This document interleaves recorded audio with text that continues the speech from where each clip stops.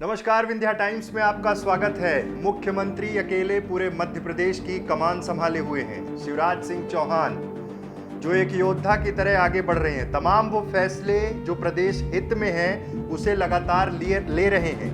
उनकी कवायद है कि कोरोना महामारी से प्रदेश को बाहर निकाला जाए, लेकिन क्या अकेले ये सब संभव है? ये एक बड़ा सवाल खड़ा हो रहा है मुख्यमंत्री शिवराज सिंह चौहान के सामने। कमलनाथ सरकार जब पिछले दिनों इस्तीफा देकर सत्ता से बेदखल हुई, तब शिवराज सिंह चौहान ने शपथ ली और ऐसा माना जा रहा था कि जल्द ही वो मंत्रियों को भी शपथ दिला पाएंगे। तमाम कमिटमेंट के साथ 22 बीजेपी में जो शामिल हुए कांग्रेस के विधायक, उनके ऊपर भी बड़ी जिम्मेदारियां रहेंगी। लेकिन फैसला कब होगा? कल राज्यपाल से जब शिवराज सिंह चौहान की मुलाकात हुई, तब ये साफ हो गया कि शायद अगले दिनों में मंत्री पद बंट जाएंगे। लेकिन इस बार मंत्री पद में बहुत सारे पेच हैं। आइए पहले समझते हैं कि पेच क्या है। पेच ये है कि महाराज ज्योतिरादित्य सिंधिया बीजेपी में शामिल हुए तो निश्चित तौर पर उनकी शर्तें थी। उनके जो विधायक थे, सिंधिया समर्थित जो विधायक थे, उनमें से 6 कैबिनेट मंत्री थे कमलनाथ की सरकार में, कांग्रेस की सरकार में। अब जब वो कैबिनेट मंत्री थे तो अब एक बार फिर से जब बीजेपी की सरकार बनी तो निश्चित तौर पर यह साफ था कि उन्हें कैबिनेट मंत्री बनाया ही जाएगा, क्योंकि 24 लोगों को उपचुनाव में जाना है। इतनी बड़ी संख्या जब उपचुनाव के लिए जाएगी तो कहीं ना कहीं चुनौतियां बहुत सारी होंगी। कमलनाथ ने इस्तीफा सौंपा। इस्तीफे के बाद शिवराज सिंह चौहान ने मुख्यमंत्री के रूप में शपथ ली।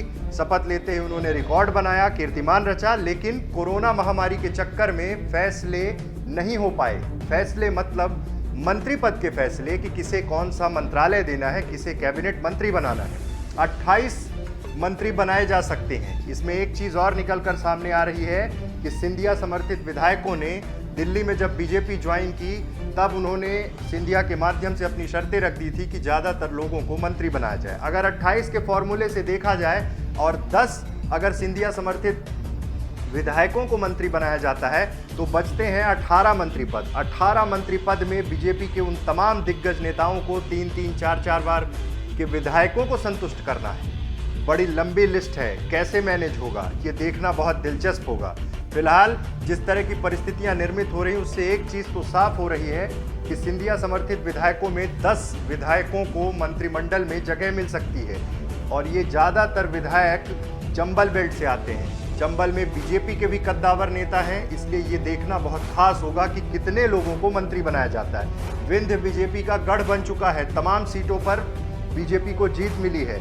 रीवा, सीधी, सतना, शहडोल, इन सब में ज़्यादातर सीटें बीजेपी के खाते में हैं। यहाँ से भी बहुत बड़ी डिमांड है कि ज़्यादा से ज़्यादा लोगों को मंत्री बनाया जाए।